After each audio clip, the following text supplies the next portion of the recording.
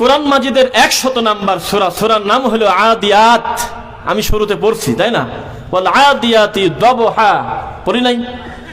এই সূরার 6 থেকে 11 নাম্বার আয়াত আমরা একটু পড়ে শোনাই যে আমার আল্লাহ সুবহানাহু ওয়া তাআলা তিনি হলো ক্রিয়েটর, তিনি হলো সারা পৃথিবীর সকল কিছুর সৃষ্টিকর্তা, খালেক। আমরা সবাই হলো মাখলুক। মানুষের প্রতি আফসোস থাকে যে আমার 3 নাম্বার বেটাটা মানুষের বাড়িতে বদনা চুরি করে, এইটা করে, এই মিথ্যা কথা বলে, এই কাজ করে বেড়া, আমার ইজ্জত গেল, আমার সম্পদ আছে, সব আছে, গাঁজা খাওয়ার জন্য মানুষের হক নষ্ট করতেছে, আমার মান সম্মান গেল। মানুষ তার মেয়ের উপরে অভিযোগ থাকে, আফসোস থাকে ছোট ভাইয়ের উপরে। কি ব্যাপার দেখেন, আপনার রব আপনার উপরে আফসোস করতেছে। ইয়া হাসরাতান আলাল ইবাদ, আমার আফসোসটাই হলো আমার এই দাসের উপরে, বান্দার উপরে। ইন্নাল ইনসানা লিরাব্বিহি লাকানুদ, নিশ্চয়ই ইনসান not only Muslim but also everyone, যে কেউ মুসলিম অমুসলিম বলে কথা না, মানুষ মানেই হলো অকৃতজ্ঞ। এই মানুষ বড় অকৃতজ্ঞ। লিরাব্বিহি, তার রবের ব্যাপারে মানুষ কতই না অকৃতজ্ঞ। অবশ্য এই শব্দটা অকৃতজ্ঞর চাইতে নিমক হারাম বেশি ভালো মানায়। কেন? কানুত শব্দের অর্থ হলো যাকে এত কিছু দিচ্ছেন মন পাচ্ছেন না, শুকরিয়া আদায় করে না, তাকে বলে কানুদ।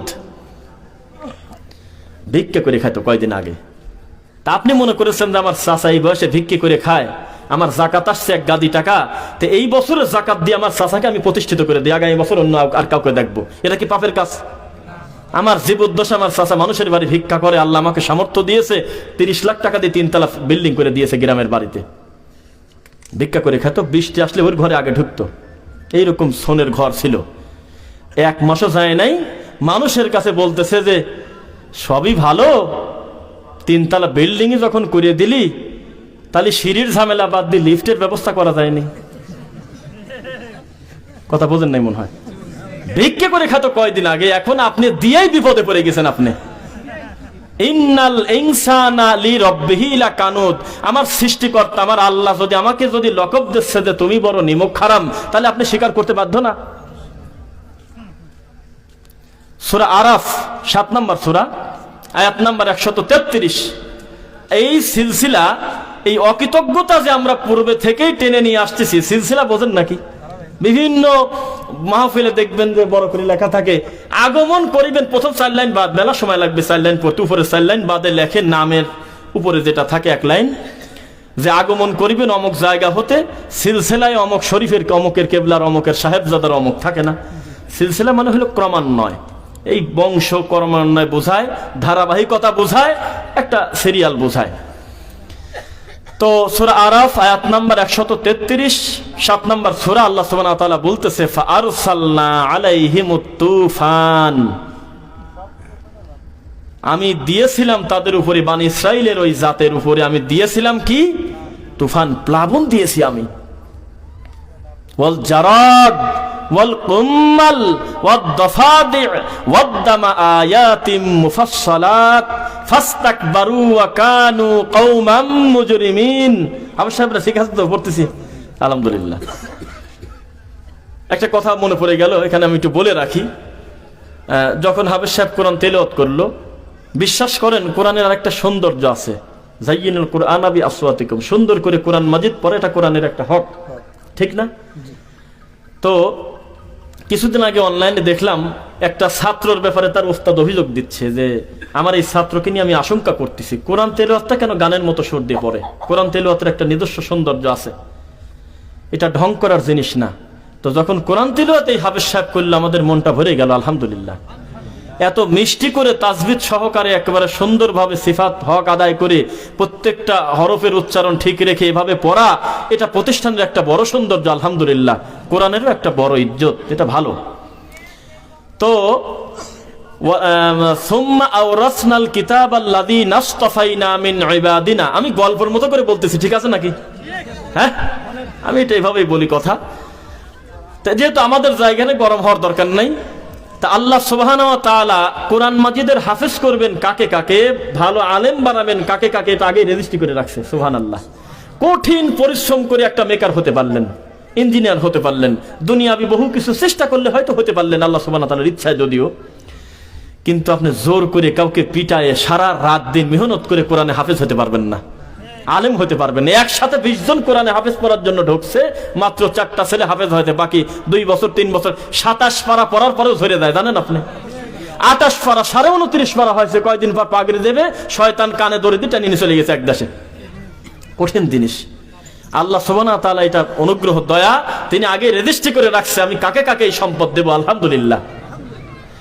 এখন যদি আমাকে আপনি 5টা অঙ্ক দেন কি 2 পৃষ্ঠা মুখস্থ করতে দেন, আমার ক্ষমতা নাই হুবহু আপনাকে কাল সকালে এটা বুঝে দেওয়া।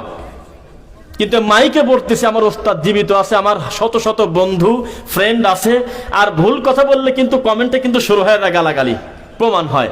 আল্লাহর কসম, 1 বছরের আগেই গোটা কোরআন মাজিদটা আল্লাহ আমাকে মুখস্থ করার তৌফিক দিয়েছে, আলহামদুলিল্লাহ। ওই একই মানুষ হাফেজ হওয়ার পরে যখন আমি মাদ্রাসায় ভর্তি হলাম, তখন একদিনে 4টা অঙ্ক ভালোভাবে ক্লিয়ার করে পরের দিন জমা দিতে পারি নাই। 2টা হয়তো 3টা হয়তো। ইংরেজি একটা বড় প্যারা পড়তে দিলে, একটা রচনা পড়তে দিলে 5 দিন লেগে যেত, তাও শেষ হয় না। কিন্তু কোরআন মাজিদ আমরা শেষ করলাম 1 বছরে 5 পৃষ্ঠা 7 পৃষ্ঠা 6 পৃষ্ঠা সবক দিয়ে। সবক বোঝেন নাকি? নতুন করে মুখস্থ হয়ে যেটা শোনায়, বহু শব্দ আছে, সবক, 7 সবক, আমক্তা, তেলাওয়াত, তারপর সবিনা, বহু কিছু, এটা ভাষা। তো কি বুঝলেন তাহলে বলেন? এই মানুষই এই 1 পৃষ্ঠা রিডিং করে বাংলা মুখস্থ করে নিজের মাতৃভাষা আমরা টিকাতে পারি না, সকালে ভুলে গেছি। কিন্তু মাত্র 5-7 ঘন্টা 6 ঘন্টা 4 ঘন্টা কোরআন তেলাওয়াত করে আজকে কোরআনে হাফেজ ছেলেরা দেখতেছেন আপনাদের সামনে বসে 5 পৃষ্ঠা 7 পৃষ্ঠা করে আল্লাহর কোরআনের মুখস্থ করতেছে। স্বাভাবিক কথা। তাহলে এটা আল্লাহর বিশেষ অনুগ্রহ কিনা? বিশেষ অনুগ্রহ। কিন্তু এখানে একটা কথা আছে। আগে আপনার ছেলে ভর্তি করতে চাইলে আমরা বলতাম তো ঠিক আছে মাদ্রাসায় দিয়ে দেন, কিন্তু এখন শুধু এই কথা বলি না মাদ্রাসায় দিয়ে দেন, তা বলি না। আমরা বলি কি, সহি আকীদার মাদ্রাসা দেন, কোরআন সুন্নাহর অনুযায়ী যে প্রতিষ্ঠানটা চলে সেখানে আপনার ছেলেটাকে দেন। কেননা আপনার ছেলে ফাউন্ডেশনটাই যদি তৈরি হয় বিদআত আর শিরকের উপরে, ও ভবিষ্যতে কি করবেটা কি? রাস্তা দিয়ে যাবে, চাচারাই বলতেছে আর বছর খানিক গেলে ছেলের যে গঠন হচ্ছে তাতে রুমাল দিলে খুব মানাবে, মিলাদের আর কোনো লোকের তো আনারই দরকার নেই, বাইরের খালি খালি বাইরের লোকের দিয়ে খয়রাত খাওয়ার কি দরকার আছে? আমারটাই তো দেখ গঠন সুন্দর হয়ে গেছে। তো মানে এভাবে একজন হাফেজকে মূল্যায়ন করতেছে গ্রামের মানুষ, অথচ আল্লাহ বলতেছে কোরআন মাজিদ তুমি পড়ো আর একজনকে পড়াও, তোমার বিশাল মর্যাদা। সুবহানাল্লাহ। কোরআন মাজিদ যদি বোঝে, হাফেজ হয়ে গেছে, তারপরে আলেম হলো, কোরআনের হক আদায় করে বিদাতকে বিদাত জেনে, সুন্নাতকে সুন্নাত জেনে, শিরিককে শিরিক জেনে, তাওহীদকে তাওহীদ জেনে, প্রত্যেকটা জায়গায় মানহাজ যদি সঠিক রেখে যদি দিন ধর্ম চালায়, একজন আলেমের মান তাজা মানুষ আর মরা মানুষের যেমন, একজন আলেম মানুষ দিন বোঝা মানুষ আর দিন হারা মানুষ তেমন। দলিল কোরআন মাজিদের আয়াত, আপনি যান কোথায়? কুল হাল ইয়াস্তাউল আহইয়া ওয়াল আমওয়াত। মুহাম্মদ সাল্লাল্লাহু আলাইহি ওয়াসাল্লাম আপনি একটু বলে দেন আপনার উম্মতকে, একজন দিন বোঝা মানুষ আর দিন হারা মানুষ হলো সেই রকম, তাজা মানুষ আর মরা মানুষ যেমন তেমন। কিসের সাথে কি পার্থক্য? এর সাথে বড় পার্থক্য আছে তাজা মরা। একটা লোক দুনিয়াতেই নাই, তার সাথে তুলনা করতেছে যেই লোকটাকে আকল দিলাম, বুদ্ধি দিলাম, বিবেক আছে, সব আছে, সব বোঝে, কোরআন বোঝে না, সব বোঝে, হাদিস বোঝে না। কয় ওগুলি আমি কি বুঝে? আমি কি হুজুর নাকি? আছে নাকি? ইয়ালামুনা যাহিরাম মিনাল হায়াতিদ দুনিয়া ওয়া হুম আনিল আখিরাতি গাফিলুন। দুনিয়ার জাগতিক বিষয় তারা খুব ভালো বোঝে, আল্লাহর কোরআনের আয়াত, কোরআন হাদিসের কথা, দিনের ব্যাপারে কথা আসলেই বলে এগুলি তো আমরা অত বুঝবো না, দিনের ব্যাপারে গাফেল। তো যে কথা বলতেছিলাম, পড়াশোনা শেষ করা, মাস্টার্স পাস করা, MA পাস করা, টাইটেল পাস করা, দাওরা পাস করা, মুফতি হওয়া, এই লকবগুলোই কি একজন আলেমের জন্য যথেষ্ট বলে মনে করেন? 2-4 কলম তো আমরাও পড়েছি, আমাদের লজ্জা করে মানুষের সামনে বলতে যে এইটা পড়ছি আমি, এইটা জানি, ভয় করে। কারণ সার্টিফিকেট অর্জন করার জন্য শুধু ফর্মালিটি মেইনটেইন করে আমরা পড়াশোনা করেছি, পরবর্তীতে যখন সঠিক দিন পালাম ওই দিন থেকে মনে হয় যে দিনের কিছু বুঝ তুমি দিলে গো আল্লাহ। বাকি 10-15 বছর 16 বছর যা পড়াশোনা হয়েছে এগুলো বিদাতকে চর্চা করছি শুধুমাত্র। কিভাবে আরো বেশি বিদাত প্রচার করা যায়, কিভাবে মিলাদ করা যায়, কিভাবে তাবিজ লেখা যায়, কিভাবে কোন শিরিক করা যায়, মিলাদে লম্বা সময় কাঁদা যায় কিভাবে, এইভাবে আমরা একটা সময় চর্চা করেছি যে মুখ চালু করতে হবে, আমাকে বক্তা হতে হবে, আমাকে এই হতে হবে, আমাদের তৈরি করছে এইভাবে। হুজুররাও বলতো এই ছেলে যতই কষ্ট হোক সহজে আপনি মাদ্রাসা থেকে নিয়েন না। তো কয় যে ওয়েবসাইটে আরো কম ভালো পারে তারাও তো নিয়ে চলে যাচ্ছে ছেলে মেয়ের 6-7 বছর ঘোষ পারতেছে, আর কয়দিন আপনার মাদ্রাসা রাখবো? কয় না না, আপনি বোঝেন নাই, আপনার বেটা হেফজ পড়তে পারুক আর না পারুক, গলার কণ্ঠটা ভালো আছে, কষ্টে মষ্টে আরো 2-1 পারা শেষ করুক, তারপরে আমরা ছাড়িয়ে দেবো না। গলার যে কণ্ঠ আছে একটা টানিয়ে নিয়ে বেড়াইতে পারবেনি, কোনো সমস্যা নেই, করি খাবির পারবেনি। মসজিদুল মুমিনিন তো রেডি, বেহেশতি জেওর তো রেডি, তাজকিরাতুল আউলিয়া তো রেডি, কাসাসুল আম্বিয়া তো রেডি, নিয়ামুল কোরআন তো রেডি, আপনি যান কোথায়? ফাজাইলের সিরিজ তো রেডি, আপনি বক্তে না যান কোন জায়গা? খালি সুর হলেই বাস যথেষ্ট। এটা কি কোরআনের মর্যাদা? এটা কি আল্লাহর দাবি? কোরআন বুঝতে হবে, নিজের সংশোধনটা আগে করতে হবে, নিজের ভিতরে কোরআন এবং সহিহ হাদিসটা আগে চর্চা করে আমলিয়াত হয়ে নিজেই সৌন্দর্য তৈরি করতে হবে। তারপরে আপনি যখন মানুষকে বলবেন, আল্লাহ আপনার উপরে দয়া করবে ইনশাআল্লাহ। এই কিছু বিষয় আমরা শুরু করব, তার আগে মাঝখানে একটা বিষয় আমি বলে দেই। অভিযোগ যদি নিজের ঘর থেকে আসে তখন ক্লিয়ার করে দিতে হয়। আপনার মা, আপনার বাপ, আপনার স্ত্রী, আপনার সন্তান সন্দেহ করে আপনার, তখন আপনি বাধ্য আপনার কর্ম, আপনার ইনকাম সোর্সের খাতটা তাদের সামনে শো করা। ঘরের মানুষ যদি সন্দেহ করে তো যা থাকে না, আর বলতে হয়। তা আমাদের কিছু ভাই অথবা তারা হয়তো ভালো উদ্দেশ্যেই বা তাদের কাছে বারবার আসে, আমার পড়াশোনার যোগ্যতাটা কি, অনেক সময় কমেন্ট করে, এগুলো তো আমরা দেখেও হয়তো ইগনোর করে চলি, যে কত কিছুই তো লেখে, মিষ্টি ভাষায় লেখে তুমি ইহুদির দালাল, তোমাকে আমরা চিনি তুমি খ্রিস্টানের দালাল, তুমি লামাজহাবি, তুমি ওহাবি, এগুলো আমরা মাথায় নেই না। তবে বারবার একটা বিষয় বলা হয়, তাই আমি আমার ব্যাপারে আমি ছোট করে একটু বলে, আমাদের হাতে আলহামদুলিল্লাহ সময় আছে, আমরা কথা বলবো ইনশাআল্লাহ। কষ্ট হচ্ছে না তো আপনাদের?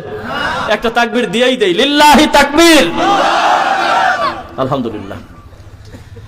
আমি এখন যে কথাগুলো বলবো আপনি সাংবাদিকগুলো দেখেন, 1, 2, 3, 4, 5, 6, 7, 8, 9, তাহলে কোনো না কোনো মিডিয়ায় ধরা কিন্তু পড়েই যাবে। আমি যদি মিথ্যা কথা বলি, আমার কোনো বন্ধু ঠিক পাওয়া যাবে, আমার কোনো ওস্তাদ ঠিক পাওয়া যাবে, যাদের প্রতিষ্ঠানে পড়াশোনা করছি ঠিক পাওয়া যাবে, বাপরে বাপ ঠিক আবার পাবে না, এইরকম করে বসে আছে, এইরকম করেই বসে আছে, ভুল করে না করলেই কামড় দিয়ে ধরবে, এই লাইনটাই হলে এইরকম, এই লাইনটাই হলে এইরকম।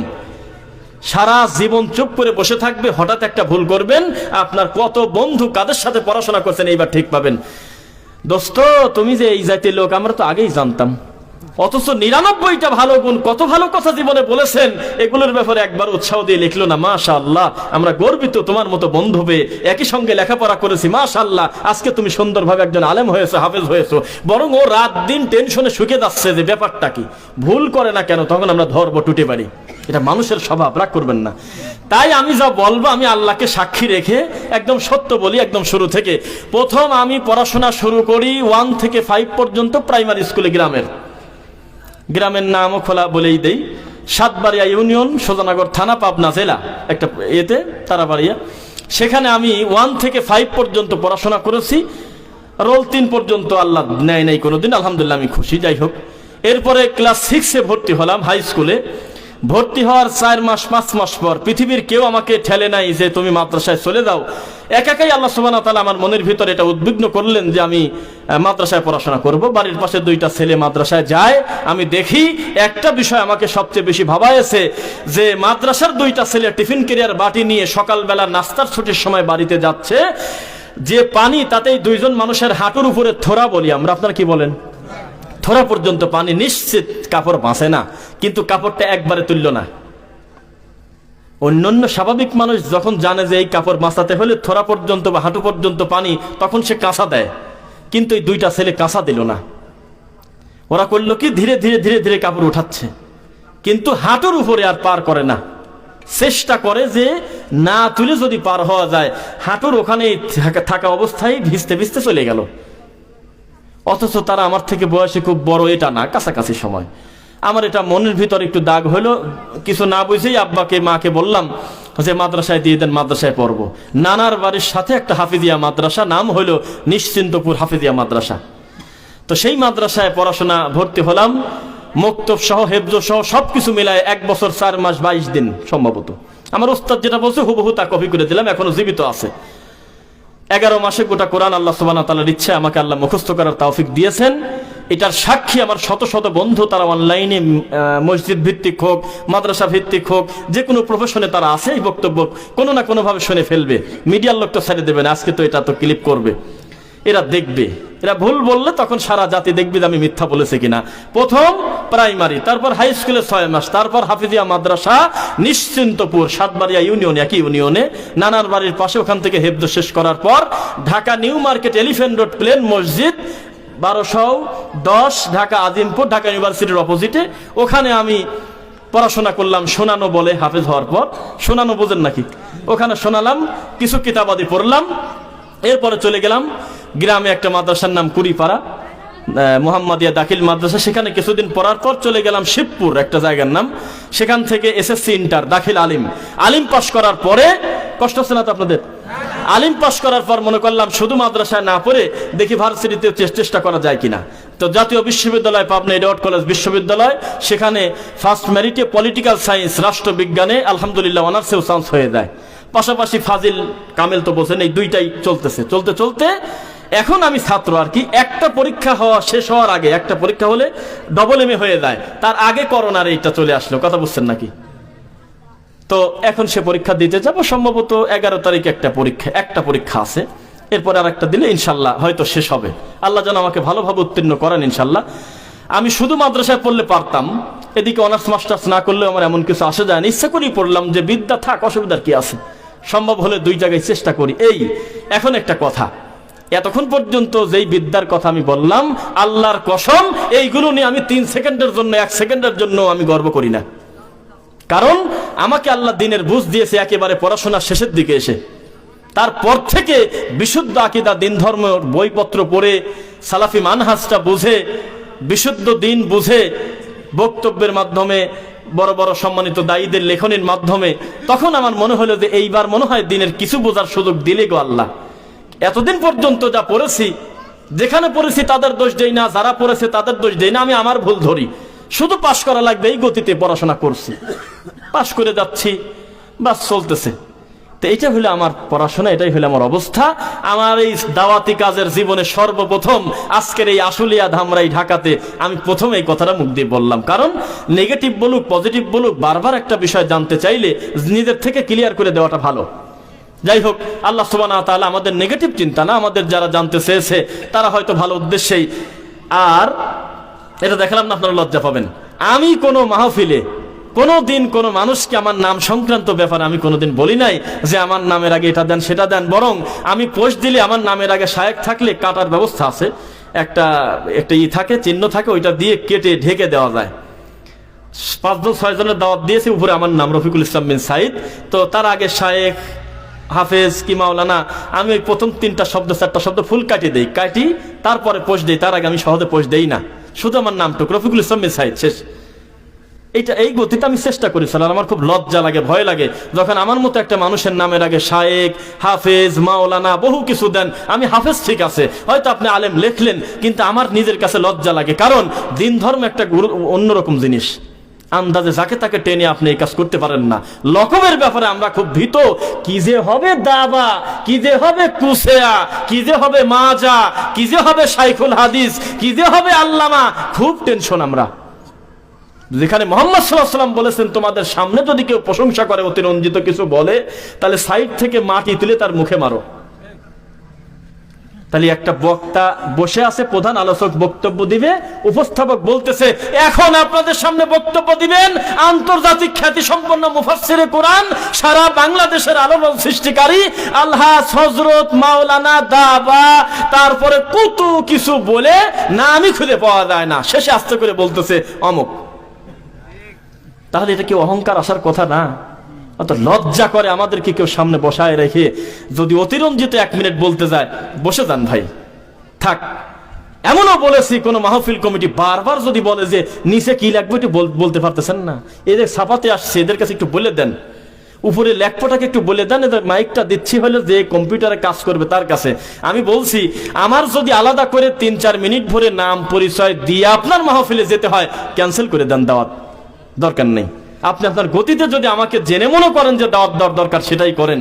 আলাদাভাবে এই কম্পিউটার আলার কাছে ফোন দিয়ে বলা লাগবে উপরে লেখেন শায়েক, শায়েকের বানান হলো এইটা, এরপরে লিখবেন হলো মাওলানা, এরপরে হাফেজ, উপর দিকে হুবহু একটু টানিয়ে দিয়েন এইটা, নিচে দিবেন এই জিনিস, এইগুলো বললে আমাদের লজ্জা লাগে, এটা খারাপ কাম। তখন লজ্জাটা কাটিয়ে দেয়। তো এইটা হলো অবস্থা। কোরআন এবং সহিহ হাদিস যদি আপনি আমল করেন, আল্লাহর কসম আল্লাহ নিজ দায়িত্বে আপনার সম্মান বৃদ্ধি করবে। আপনি কি বলেন? সারা বাংলাদেশের মানুষ, বিশ্বের বাঙালি, রফিকুল ইসলাম বিন সাইদ নামে কোন মানুষ এই দুনিয়ায় আছে আমার গ্রাম কেন্দ্রিক মানুষ ছাড়া কেউ শোনেই নাই, না আমি শুনে নাই। তো কোরআন এবং হাদিসের কারণে আল্লাহ মর্যাদা বাড়ায় নাই, দিনের কারণে আমরা একে অন্যের কাছে আমরা সম্মানী হচ্ছি না। সকল ভালোবাসা কার জন্য? আল্লাহর জন্য। কিসের অহংকার? কাকে কি বলেন আপনি?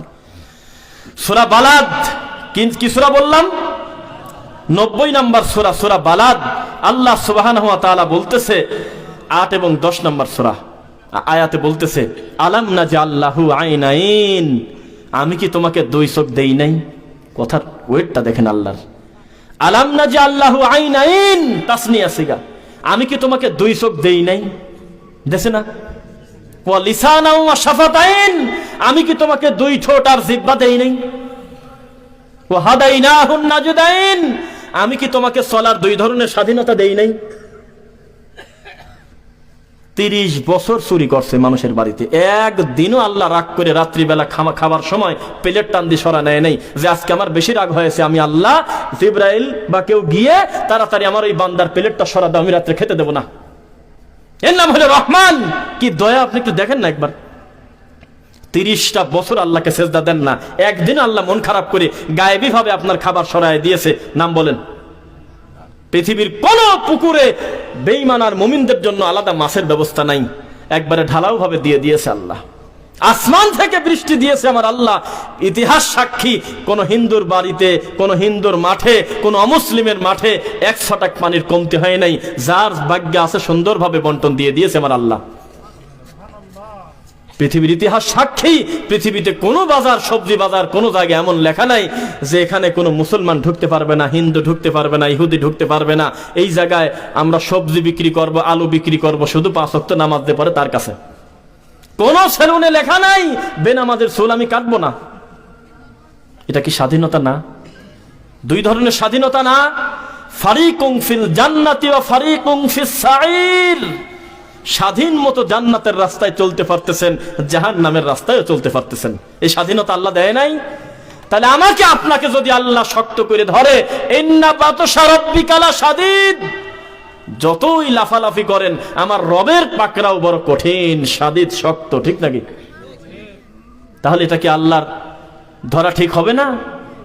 এত নিয়ামত দিয়ে দিয়েছেন আমাদের জন্য আল্লাহ সুবহানাহু ওয়া তাআলা, কিন্তু আমরা যদি এত অকৃতজ্ঞ হই, আল্লাহকে আমাদের ধরবেন না? অবশ্যই ধরবেন। আল্লাহ আমাদের ঈমানের উপর অবিচল থাকার তৌফিক দাও, আল্লাহুম্মা আমিন। একজন সাহাবী, নাম উল্লেখ নাই, তিনি এসে বলতেছে, আল্লাহ রাসূল, আমাকে একটা ইসলামের বিরাট সৌন্দর্যের একটা চাওয়ার জিনিসের নাম বলেন, কি চাইবো আমি আল্লাহর কাছে? আর আপনি কি প্রশ্ন করেন যে এই সুন্নাত না মানলে কি কোনো গুনাহ আছে নাকি? এই বাদ দিলে কি কোনো সমস্যা আছে নাকি? চিন্তা করেন। বলা হলো যে টাকনুর নিচে যদি কেউ কাপড় পরে, এই অবশিষ্ট কাপড়ের জন্য তাকে জাহান্নামে যেতে হবে। বিচারের মাঠে আল্লাহ তার দিকে তাকাবেন না। কথা বুঝতেছেন না? এখন আসি করছে যে যদি অহংকার না করি, যদি পরে, তা তোমার এনে খোঁচার লাগবে, কারণটা কি? কোন গুনাহকে ছোট গুনাহ মনে করবেন না, খবরদার। এই ছোট গুনাহও যদি করেন আপনি, যদি রাগ হয়, তাহলে সে হলো সপ্তম আসমানের উপরে আছে। কাকে কি বলেন আপনি? কোন নেকিকে ছোটখাটো বলে ব্যঙ্গ করবেন না। ছোট্ট একটা নেকি করলে যে খুশি হয় সে হলো আল্লাহ। কিছুদিন আগে দেখেন নাই, আল্লাহ রাসূলের সুন্নাত নিয়ে যারা ব্যঙ্গ করছে, কটাক্ষ করেছে, শান্তিতে নাই একজনও। কঠিন জিনিস। দিনের ব্যাপারে কথা আসলে কারো ছাড় আছে?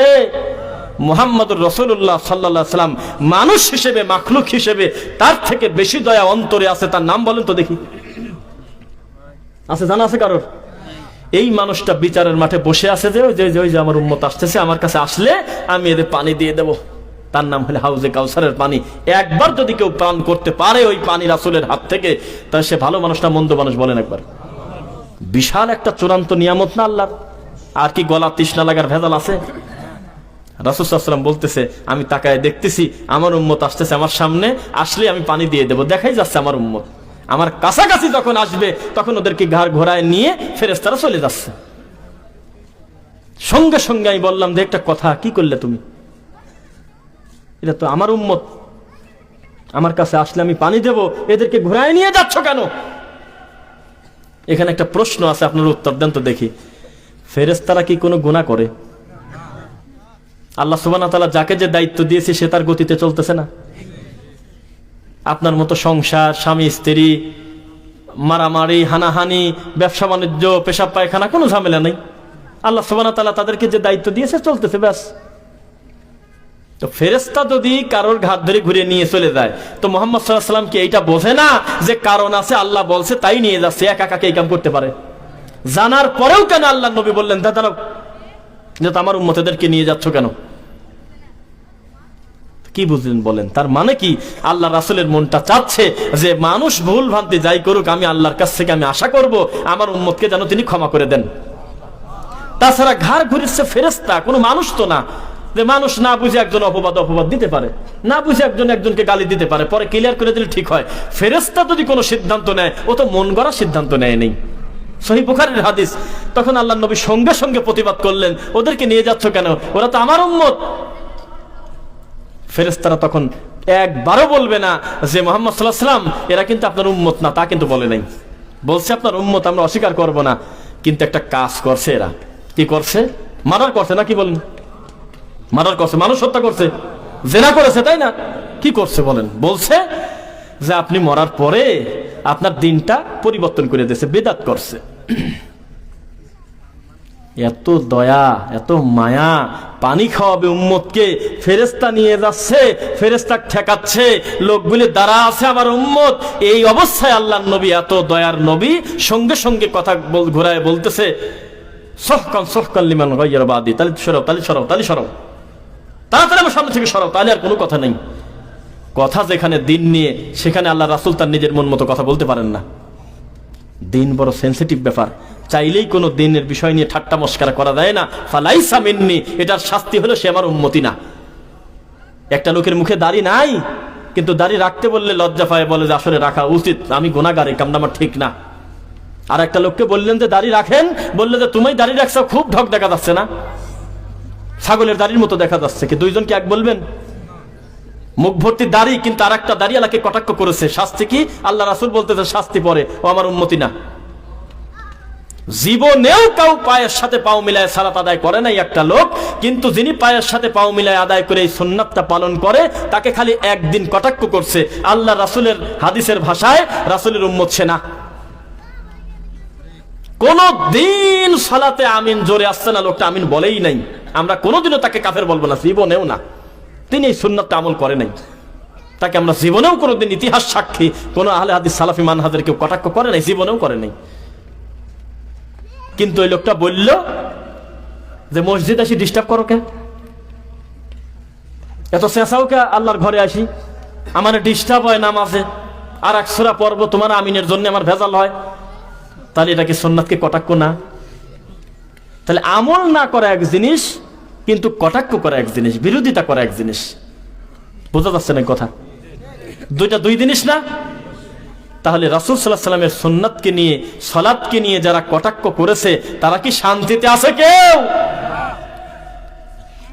কেউ শান্তিতে থাকবে না। দিন বড় কঠিন জিনিস। মুহাম্মদ সাল্লাল্লাহু আলাইহি ওয়াসাল্লাম বলতেছে তালি সরাও, সফকান, তালি সরাও, দূর হও আমার সামনে থেকে, তোমরা আমার উম্মতি না। ফিনিশিং হলো আমার সামনে থেকে সরে দাও, নাকচ করে দিয়ে দিলেন।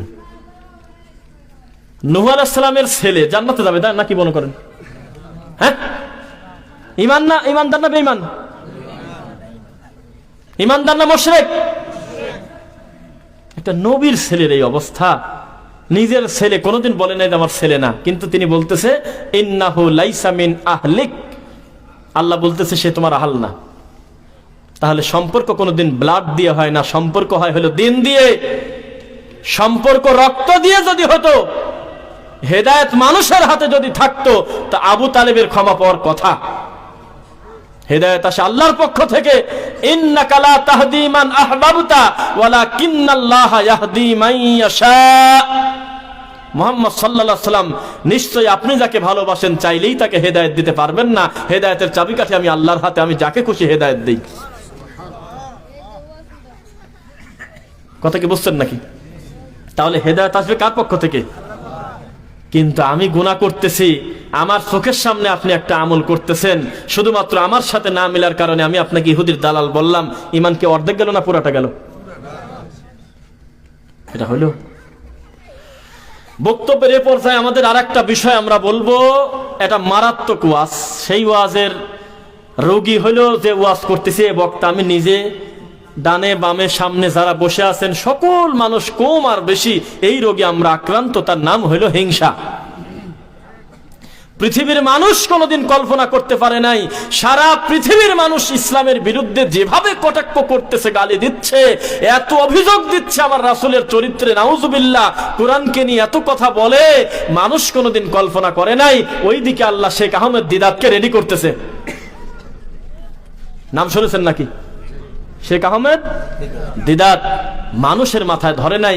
এত বড় ম্যাগনেট তৈরি করতেছে আল্লাহ, এত বড় টু মাস ইন্টেলিজেন্স তৈরি করতেছে আল্লাহ, এত বড় বিচক্ষণ দায়ী তৈরি করতেছে আল্লাহ, যে সারা পৃথিবীর খ্রিস্টান তার সামনে 3 মিনিট টিকতে পারবে না, হাঁটু কাঁপা শুরু হয়ে যাবে। মানুষ কোনোদিন ভাবে নাই। তার মানে এটা আল্লাহ করেছেন। হিংসা করে আপনি কাকে ঠেকাতে চাচ্ছেন? 4 পয়সার লাভ নেই। আপনি পিছনতে লেস পানি টানি ধরতে চাচ্ছেন যে আমার ছেলে হইলো মৌলানা, হইলো না, এই সওয়াল মৌলানা হয়ে গেল, আমি, আমার ওয়াজে লোক বসে না, এই দেখো এই দেখুন উঠে চলে গেল, লোকও চলে গেল, তো কি আমার দোষ? হিংসা বাদ দেন। ওদিকে শেখ আহমেদ দিদাত বয়স হতে হতে যখন মৃত্যু সজ্জায় প্রায় কাছাকাছি সময় চলে আসলো, ওই সময় আল্লাহ আর একজনকে রেডি করতেছে, তার নাম ডক্টর জাকির নায়েক। হিংসা করে 4 পয়সার লাভ নাই, 1 লাভ নাই। এই মানুষটার পিছনে উঠে পড়ে লেগে তার দাওয়াতি কাজকে ব্যাহত করার চেষ্টা করলেন। ওইদিকে তার কলিজার টুকরা ডক্টর ফারিক নায়েককে আল্লাহ তৈরি করতেছে। পিতার থেকে অনেক গতি সম্পন্ন হয়ে বের হচ্ছে ফারিক নায়েক, ইনশাআল্লাহ। আপনি কার প্রতি হিংসা করতেছেন বুঝলাম না। পৃথিবীর ইতিহাস সাক্ষী, আল্লাহর কসম 1, আল্লাহর কসম 2, আল্লাহর কসম 3, পৃথিবীর ইতিহাসে সলফে সালেহিনের মানহাজের উপরে যারা প্রতিষ্ঠিত, তারা ব্যতীত ইসলামের এত বড় দায়ী, সারা বিশ্বে প্রভাব ফেলানোর মতো একজন দায়ী ভিন্ন কোনো মানহাজে আসে নাই। কি মনে করেন আপনি কাকে হিংসা করতে চাচ্ছেন? আপনার থেকে পরামর্শ নিয়ে আল্লাহ চলতে হবে, নাউজুবিল্লাহ। আল্লাহ যাকে কবুল করবেন আপনি ঠেকাতে পারবেন না, কোনো দিনও ঠেকাতে পারবেন না। আপনি দাওয়াতি কাজ আল্লাহ নিবেন। আপনি এই বৃদ্ধ বয়সে ছেলের বইয়ের উপর এত রাগ দেখাচ্ছেন কেন? আপনি কি রাতারাতি মুরব্বী ছিলেন আগে? আপনি কি এই দিন কাটায় আসেন নাই? এত কিছু অ্যাডভান্টেজ দিতে চাচ্ছেন কেন? 2 দিন আবার এ বাড়িতে এসে শাশুড়িকে এত বেশি বোঝা মনে করতেছেন কেন? নিজের মায়ের বাড়িতে তো কত সময় কাটিয়ে আসলেন, কত মারলো, কত রাগ করলো, কত গালি দিল, নিজের মা সহ্য হইলো, রাতারাতি এই বাড়িতে এসে এত রাগ দেখাচ্ছেন কেন? হিংসা করে কি লাভ হবে? কোনো লাভ হবে না। যাকে আল্লাহর তোলার প্রয়োজন তিনি তুলেই ছাড়বেন ইনশাআল্লাহ। যিনি দেবে যাওয়ার জিনিস, যাকে নিচে নামানোর জিনিস, কোনো দিন উপরে উঠতে পারবে না। ইতিহাস সাক্ষী, হিংসা দিয়ে মানুষ নিজেকে জ্বালিয়ে পুড়িয়ে শেষ করেছে। যাকে টার্গেট করেছে সে দিন দিন আরো উপরে উঠে গেছে, হকের উপরে যদি লোকটা থাকে। কথা বুঝতেছেন নাকি? আপনারা দোয়া করেন আল্লাহর এই গোটা দেশ, সারা বিশ্বে সালাফি মানহাজের দাওয়াত এমন ভাবে প্রচার প্রসার হোক, প্রত্যেকটা মানুষ যেন কোরআন সুন্নাহ অনুসরণ করে ইনশাআল্লাহ। থেকে আমার অসুবিধা আছে নাকি? এই দেশে আরো 100 তরুণ রফিকুল ইসলাম যদি তৈরি হয়, হিংসা তো দূরের কথা, আল্লাহর কসম আমার খুশি হওয়া উচিত। তাহলে আমি একজন দাবি করতে পারবো যে আমি কিছু দাওয়াতি কাজ করি। হিংসা করে আমি কাকে ঠেকাবো? এটা কথা বললেন। আগামী বছর এমন একজন দায়ী আল্লাহ তৈরি করতে পারেন যে আমার থেকে 4-10 গুণ দ্রুত গতিতে, একদম কঠিন ভাবে, দৃঢ়ভাবে মানুষের সামনে দাওয়াত দিয়ে লাখো মানুষের সামনে দিন প্রচার করবে। হিংসা করে আমার লাভটা কি লাভ আছে বলেন? 3 বছর আগে, 2 বছর আগে আমি ছিলাম না, আজকে 2 বছর 3 বছর পরে আমার থেকে আরো 100 গুণে দায়িত্ব নিয়ে আল্লাহ সুবহানাহু ওয়া তাআলা মাঠে কাজ করাবেন, হাজারো দায়ী তৈরি করবেন ইনশাআল্লাহ। অসুবিধার কি আছে? আমি খালি টাকা টাকা দোয়া করবার বলবো আল্লাহ একই তো কাম, আমার যা করার দরকার ছিল আমার ভাই তো একই তা করতেছে, হিংসা করে আমার লাভটা কি? কথা বুঝতেছেন নাকি? তাই আমি একটা শক্ত কথা বলছিলাম এর আগে, আমাদের একজন সালাফি মানহাজের দায়ী যখন আরেকজন সালাফি মানহাজের দায়ীর ব্যাপারে বদনাম করে, দুর্নাম করে, গীবত করে, তখন আমাদের খুব লজ্জা লাগে। আহা, কি দরকার? কামটা আপনি যা করতেছেন এতে একই কাম করতেছে, খালি খালি দরকারটা কি? আকীদা এক, মানহাজ এক, দাওয়াতের কাজের সুবিধার ক্ষেত্রে কেউ ব্যানার, কেউ ব্যানারের বাইরে, কেউ সংগঠন, কেউ সংগঠনের বাইরে, হিংসাটা ঢুকালেন কেন আপনি? কত সুন্দরভাবে কাজ হচ্ছে না? সাংগঠনিকভাবে দেশে হাজার হাজার লক্ষ লক্ষ কপি বই কিতাবাদের খেদমত আল্লাহ নিচ্ছে না বড় বড় দায়ীদের মাধ্যমে? কত প্রতিষ্ঠান হচ্ছে দিন দিন, আলহামদুলিল্লাহ, দেখতেছেন না দুই চোখ দিয়ে? তো এগুলি সমন্বয়ের ফল না? আপনি দূর থেকে ঢেল দিতে চাচ্ছেন কেন? তারা কি কাউকে মুরিদ করতেছে? এইরকম দল মনে করছেন যে মুরিদ করে বেড়াচ্ছে? সালাফি মানহাজের একজন আলেম কোন রকম গ্রুপ করতে যায়, কি সে একটা মাজার দেশে বাড়িতে, যে ওই দেখো এটা কাম করছে, দল বানা মাজার দেশে, তা তো আর কেউ করে নাই। বিশাল বিশাল প্রতিষ্ঠান করেছে, শত শত মানে ছাত্র তৈরি করতেছে, দায়ী তৈরি করতেছে আল্লাহর ইচ্ছায়। আপনি শুকরিয়া আদায় করবেন, খালি মুখ দিয়ে বলবেন যে আলহামদুলিল্লাহ, আল্লাহ ওর তো কিছু বুঝি না গো, আল্লাহ কোরআন এবং সহিহ হাদিসের উপরে প্রতিষ্ঠিত করো, আর হাজার হাজার লাখো দায়ী তৈরি করো আল্লাহ। বুঝছেন নাকি? নিজের কথা বলতে লজ্জা করে, আমরা তাই বলে দিচ্ছি। মাহফিল ভালো করে শুরুই হয় নাই, কেবল কয়েকটা রানিং করলাম, 69টা সিরিয়াল কবে শেষ করবো সেই চিন্তা করেন আপনি। তাহলে আমার ভাত কি কেউ খাবে? এটা কথা বললেন। আগামীকালকে যদি দেশের মাটিতে আরো 10 জন দায়ী তৈরি হয়, তা আমার ভাত কি সে খাবে? তাহলে আমার কি করার দরকার? তাকে আরো ফোন দিয়ে বলার দরকার, শুকরান, জাযাকাল্লাহু খাইর, আপনি সুন্দর কথা বলতেছেন, এগিয়ে যান, আল্লাহ যেন আপনাকে চূড়ান্ত ভাবে কবুল করে। আমি গোপনে এই নাম্বার জোগাড় করে করে আমার জুনিয়রদের ফোন দিয়ে এই কথা আমি বলি, তখন ও আবার পোস্ট দেয় যে আজকে অমুক ফোন দিল। তার কাছে তো আমি অনেক ব্যাপার, যদিও আমি অন্যদের কাছে হয়তো যে আলহামদুলিল্লাহ মনটা ভরে গেল। এইভাবে উৎসাহ দিয়ে দিয়ে ছাত্র তৈরি করে, যেমন উস্তাদ কেবল তো তার ফল দেখলেন, কেবল দেখলেন না তার ফল, কেবল ফল দেখেন নাই। এইরকম উৎসাহ দিয়ে দিয়ে প্রত্যেকে আল্লাহর কাছে শেষ রাতে খালি দোয়া করবেন, আল্লাহ বিদআত যেন সুন্নাতের কাছে এসে দাফন হয়ে যায়। সারা বিশ্বে তুমি দাওয়াতি কাজ এমন ভাবে নাও যেন বিদআত এবং শিরিক পালিয়ে চলে যায় দেশ থেকে। পারবেন না ইনশাআল্লাহ? কিন্তু লেজ ধরে যদি পড়িয়ে থাকেন, তাহলে আপনি কি কাজ করবেন বলেন? আমাদের হৃদয়টা প্রশস্ত করতে হবে, করতে হবে কিনা? না রাগ করতেছেন আপনারা? কারোর কি বলা হচ্ছে যে অমুক ব্যক্তি খারাপ, এটা বলতেছি না। এত সহজে আমরা একজন একজনের বদনাম করতে দেব না, করবো না কেন? আর বিদআত এমনি তো সুযোগ পায় না।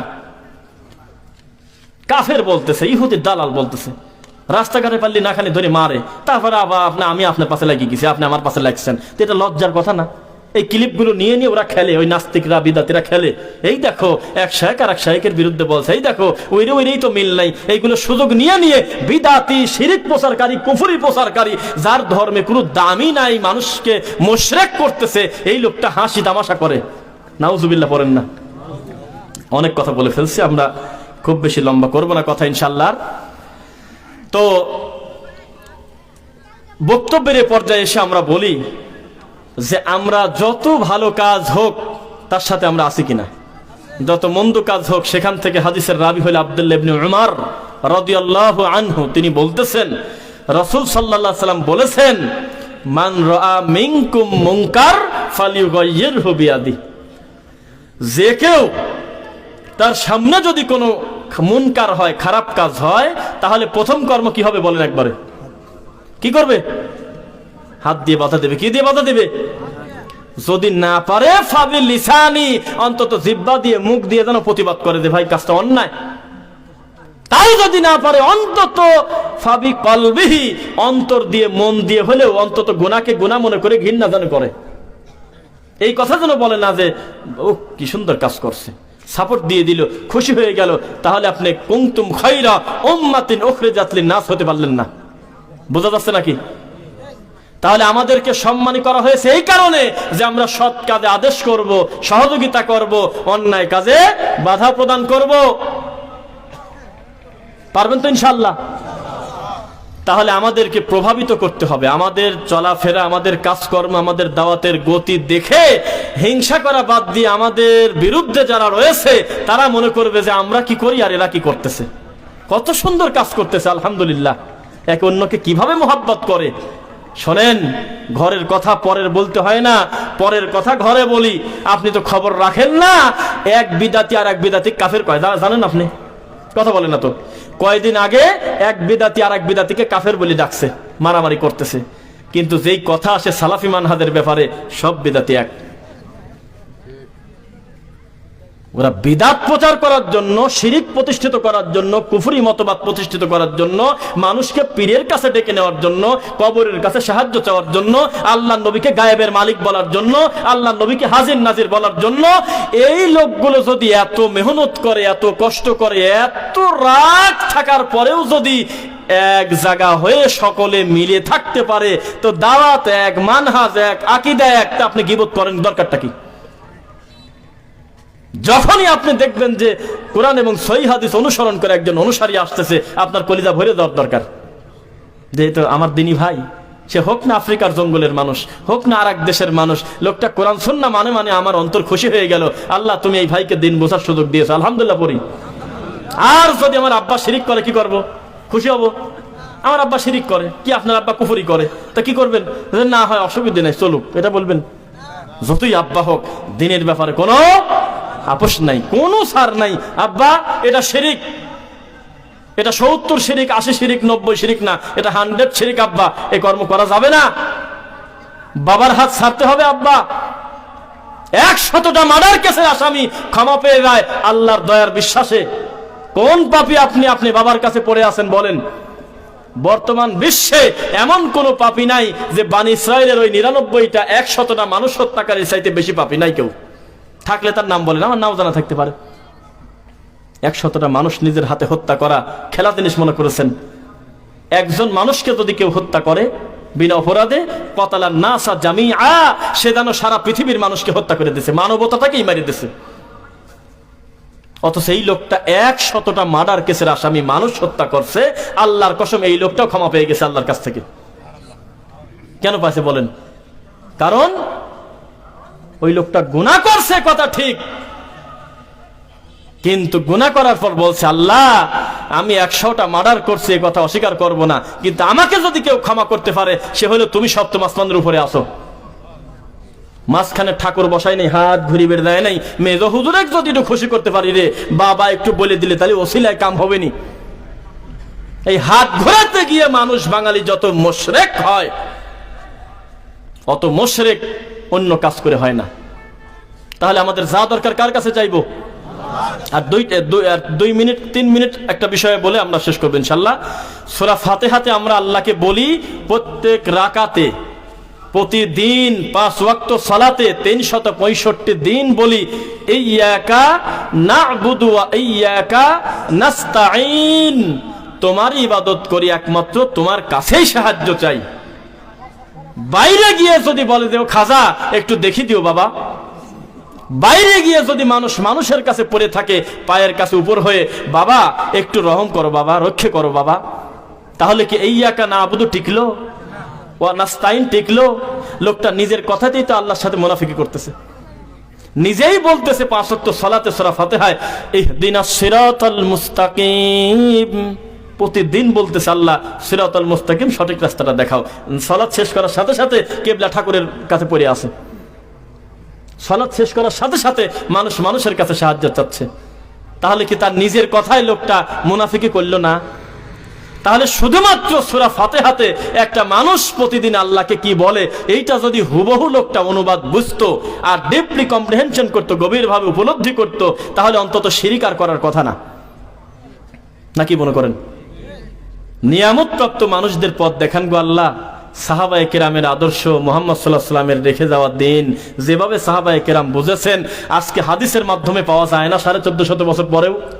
হুবহু এটা পাওয়ার পরেও যারা মানে না, তাহলে নিজের কথাই তো লোকটা মুনাফিকি করতেছে আল্লাহর সাথে। যাই হোক, এতক্ষণ পর্যন্ত আমার বয়ান আপনারা মনোযোগ দিয়ে শুনেছেন বলে আমি বুঝতে পারতেছি। এখন আমি কিছু দাবি করবে, একটা লোক আমার কানে কানে বলে নাই, একজনও না। আমি বললাম যে প্রাণ ভরা সভাপতি, প্রাণ ভরা শ্রোতা পাইছি আমি, আলহামদুলিল্লাহ। একটাও সাইডটা কেউ আমাকে শিখায় দেয় না এইটা করতে হবে সেইটা করতে হবে। অন্তর থেকে বলতেছি, যেহেতু একটা দ্বীনি প্রতিষ্ঠানের মাহফিল, একটা এতিমখানার মাহফিল, একটা কোরআনে হাফেজদের মাহফিল, এখানে আমার তো দুইটা কথা থাকতে পারে, পারে কিনা? এইটা বলার পর যদি আপনারা উঠে চলে যান, তাহলে আমার মনে হবে যে এতক্ষণ কি কারণে বসেছিলেন। আর একটু ধৈর্য ধরে আপনার চাইতে বেশি তারা আমার এখান থেকে প্রোগ্রাম শেষ করে টাইনে চলে যাব হলো সেই নবীনগর নাকি যাই হোক কোথায় জানো, ওখান থেকে যাব হলো বগুড়া জুমার খুতবা দিয়ে আবার নদী পার হবো, না গাড়ি পালিয়ে আবার 170 কিলো যাব হলো সেই জামালপুর। ওখান থেকে সিরিয়াল না বলি, কেউ না এক বক্তা সিরিয়াল বলতে যায় খালি কাঁদে, এইটা ভাইরাল হয়েছিল কয়েকদিন আগে, দেখছেন নাকি? আমি 3 তারিখে সিলেট, 4 তারিখে নোয়াখালী, এই কাঁদে বক্তাদেরও তো সরি শ্রোতাদেরও তা ধৈর্য। আমি খালি চিন্তা করতেছি যে ওই মাহফিলে যদি আমাদের এই শায়েক উপস্থিত থাকতো তাহলে তো পাগল বানায় দিত না কত? এটা লজ্জাও তো দরকার, 5-6 মিনিট পরে খালি কাঁদে, অথচ কাঁদার কোনো কথা নাই। 3 তারিখে সিলেট গেলাম আমি, গো বাবা আমি 4 তারিখে নোয়াখালী, আমি 7 তারিখে খুলনা, 9 তারিখে এটা গেলাম, ওখানে আমি কলকাতা নামলাম 10:45-এ। কাঁদার কি আছে বলেন? মা দরজা খুললো কয়েক খালি কাঁদে। তো আমি চিন্তা করি আল্লাহ, আপনারা দেখেন এক জিনিস, আমি দেখলাম যে পাশে যে সভাপতি বসে আছে একটা লোক চুল বড়, এই লোক ধৈর্য ধরতেছে কিভাবে বসে, এ শুনতেছে নাকি? রাত বাজে 2টা, শ্রোতা গ্যাপে গ্যাপে শুধু পানি ঠিক সুবহানাল্লাহ কয় লাভ দিয়ে ওঠে। আমি এটা ভাবি, যাই হোক, যেহেতু এটা একটা দিনী প্রতিষ্ঠান, এতিমখানার উদ্যোগে মাহফিল, তা আমি অন্তর থেকে চাইবো একটা লোক উঠে যাবে না, চুপ করে বসে থাকেন, আমরা চলে যাব। কিন্তু যাদের সামর্থ্য রয়েছে